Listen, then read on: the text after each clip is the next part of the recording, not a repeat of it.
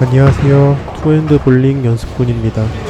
오늘은 우레탄 금지가 아닌 우레탄 규제에 대한 일련의 흐름을 정리해 보겠습니다. 한다 안 한다 말은 많은데 알고 싶은 내용을 정리한 영상이 없어서 직접 조사해서 만들어 봤습니다. 현대 볼링에서는 볼링공의 소재가 매우 중요합니다.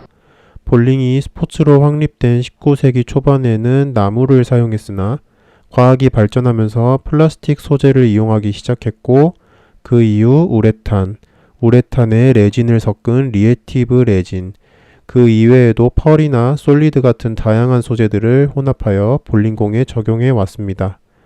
여기서 말하는 우레탄이란 흔히 옥상 방수 또는 농구장 코트 등으로 이용되는 그 우레탄인데 볼링공의 우레탄은 폴리우레탄과 이소시아네이트 및 각종 가소제를 섞은 소재입니다. 우레탄은 원래 1980년대에 고무 소재 볼링공을 대체하여 꽤 유행했던 소재인데 리액티브 레진이 나오며 잠시 묻혔었습니다.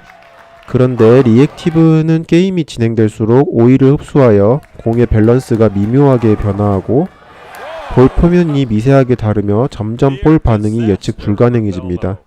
특히 투핸드 볼링 특유의 엄청난 회전력은 리액티브 볼의 궤도 안정성을 보장하기 어려웠습니다. 그래서 공을 항상 섬세하게 관리해줘야 했습니다. 오일을 제거하고 샌딩이나 폴리싱으로 표면을 관리했습니다. 또 레인 패턴으로 선수들의 기량을 시험하는 일이 늘어났는데 특히 쇼 패턴의 등장은 리액티브 볼의 반응을 일찍 이끌어내 정말 옆레인에서 던져치지 않으면은 포켓에 넣는 것조차 힘이 들었습니다. 이렇게 볼링공 관리 비용이 발생하고 리액티브 볼의 강력함이 오히려 독이 되자 우레탄 볼이 재조명받기 시작했습니다. 오일을 흡수하지 않으며 특유의 내구성으로 볼 표면 관리가 편리해졌습니다. 그것이 대칭코어와 맞물리며 볼 반응이 언제나 예측 가능하게 바뀌었고 경기 운용이 더욱 용이해졌습니다. 문제는 우레탄이 열에 의해 경도가 지속적으로 변화한다는 점입니다. PBA가 USBC에 의뢰한 연구에 의하면 공을 굴리며 레인과 마찰하는 열이나 외부의 온도, 그리고 아주 미세하게 흡수되는 오일과의 반응으로도 심지어 그냥 놔두는 것만으로도 우레탄의 경도가 계속해서 변화한다고 밝혀졌습니다. 경도란 물체의 단단하고 무른 정도인데 경도가 낮을수록 물러져서 고무 타이어처럼 되고 경도가 높을수록 단단해져서 강철 구슬처럼 됩니다. USBC의 연구에 의하면 주변 온도가 화씨 1도 상승할 때 경도가 평균 0.22D 하락하는 결과를 보여줬습니다. 여기서 D란 경도를 측정하는 경도계 규격 중 하나입니다. 이 경도계 규격에는 크게 쇼어와 로크웰이 있습니다. 로크웰은 주로 금속의 경도를 측정하는 반면 쇼어는 비금속류를 측정합니다.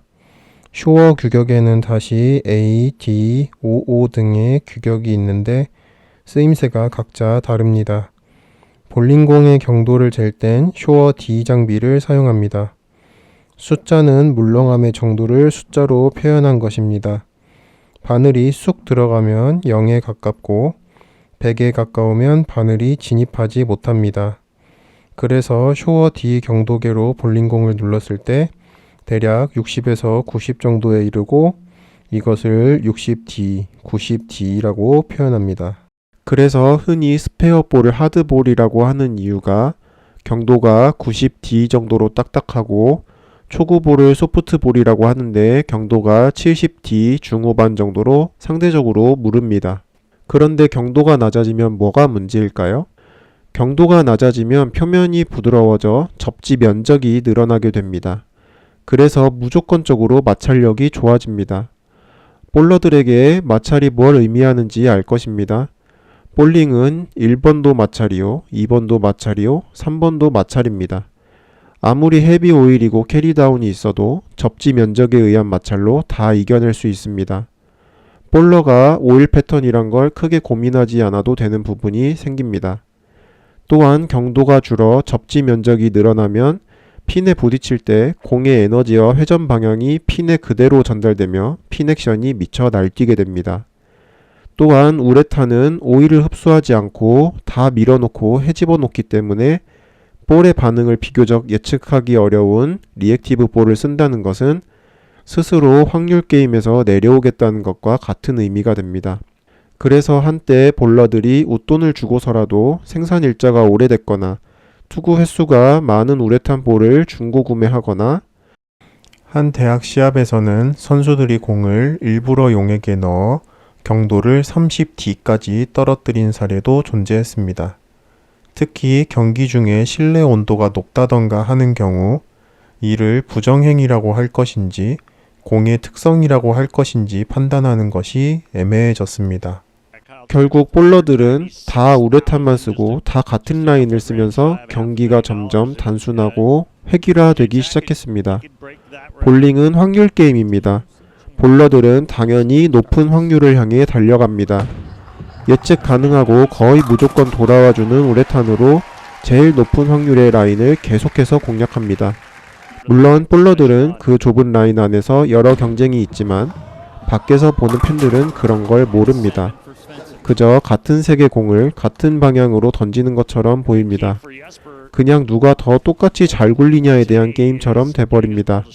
일반인이 레인 밖에서 볼만한 건 스트라이크 됐을 때 경쾌한 소리, 공이 회전하며 그리는 곡선, 형형색색 볼링공이 굴러갈 때 만드는 화려함 정도입니다. 스트라이크는 좀 더 만들어졌을지 몰라도 볼링공이 다 같은 색이 되어서는 팬들의 환호성이 줄어드는 건 당연하다고 할 수 있습니다. 이렇게 스포츠에 뭔가 답이 생겨버리면 팬들은 더 이상 그 스포츠를 보지 않습니다. 어차피 우레탄만 던지는데 볼 이유가 없죠. 세상에 안 그런 장사가 없겠지만 스포츠도 팬심에 의해 시장이 크게 요동칩니다. 선수의 경기를 보고 나도 저렇게 해보고 싶다는 마음으로 장비를 준비하고 그 돈으로 시장과 산업이 형성되는데 볼링은 어차피 우레탄이라는 인식이 생겨서는 동호인들이 볼을 더 구입해야 할 이유도, 아니 볼링을 열정적으로 쳐야 할 이유도 사라진 것이 아닐까요? 그렇게 시장이 축소되고 경기가 축소되고 볼링이라는 스포츠가 완전히 사장되는 것까지도 우려됩니다. 그래서 USBC가 내놓은 대답은 경도를 제한하는 것입니다. 사실 이 경도 제한은 오래전부터 있어 왔습니다. 1970년도 초 PBA에서는 공 표면에 화학 처리를 하여 외피를 연화시키는 작업이 유행했으며 이는 절대적인 컨트롤과 화려한 핀 액션을 제공했습니다. 하지만 곧 공정성의 의문이 제기됐고 이에 따라 PBA는 75D라는 최저 경도 기준을 마련하는 계기가 됐습니다. 이 규제는 시간이 지남에 따라 완화되어 73D까지 내려갔습니다. 그런데 2010년경 저흡수 고성능이라는 문구로 해머 퍼플, 피치 플랙 등의 우레탄 볼이 급부상했는데 이미 선수들 사이에서는 볼링공이 제조 당시의 경도를 유지하지 못한다는 의문이 제기되고 있었습니다. USBC의 연구에서 190회 정도 투구에서 경도가 최소 3.8D에서 최고 7.1D가 하락하는 현상을 감지했습니다. 새 공이 열 몇 게임 쳤더니 레인 반응과 핀 액션이 미쳐 날뛰는 공이 돼버린 것입니다. 그런데 한 가지 고려할 점은 볼링공 제조사의 의도된 연화, 즉 공장 처리와 게임 중 자연 연화는 큰 차이점이 있는데 공장 처리는 1D가 낮아질 때마다 접지 면적이 약 0.2mm 증가하여 대략 0.6보드의 추가 훅을 발생시킨 반면 자연 연화는 4D가 낮아져야 비슷한 결과가 나왔습니다. 즉 제일 바깥면만 수치상 낮아졌을 뿐 속까지는 변화하지 않으며 자연 연화는 경기에 유의미한 결과를 미치지 못한다는 것이 USBC의 연구 결과였습니다.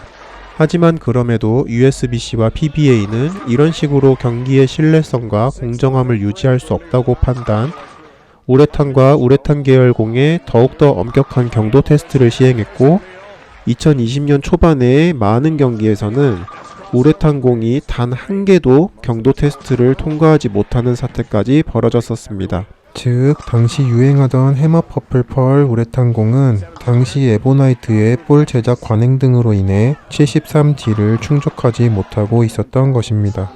그리고 2023년 더 충격적인 발표, 경도 기준을 5D 더 올려 경도가 78D 이하인 공은 반입할 수 없게 됐습니다.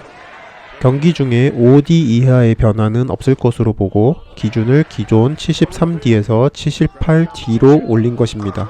또한 우레탄 볼뿐만 아니라 오일을 흡수하지 않는 재질의 볼링공까지 이 기준에 편입해 더 까다로운 장비 기준이 제시됐습니다. 이에 따라 볼링공 회사들은 자신들의 볼링공 품질 관리에 더욱 신경 쓰게 됐고 이후 경도 78D를 충족하는 공들이 속속 출시됐습니다. 대표적으로 해머 블랙펄과 IQ78U가 있으며 최근에는 해머 퍼플 78D 제품도 새로 출시됐습니다. 또 각종 국제대회 및 KBA와 KPBA도 이런 흐름에 따라 경기룰을 바꾸고 있는 추세로 현장에서는 약간의 혼란이 있는 것 같지만 경기 규정을 잘 읽고 반입 가능한 볼과 불가능한 볼을 잘 확인해야 할 것으로 보입니다. 또한 이런 결정은 어디까지나 프로나 선수들의 공식 경기에 해당하는 이야기이며 일반인이나 비공식 경기에서는 본인들끼리 룰을 정해야 할 것으로 보입니다.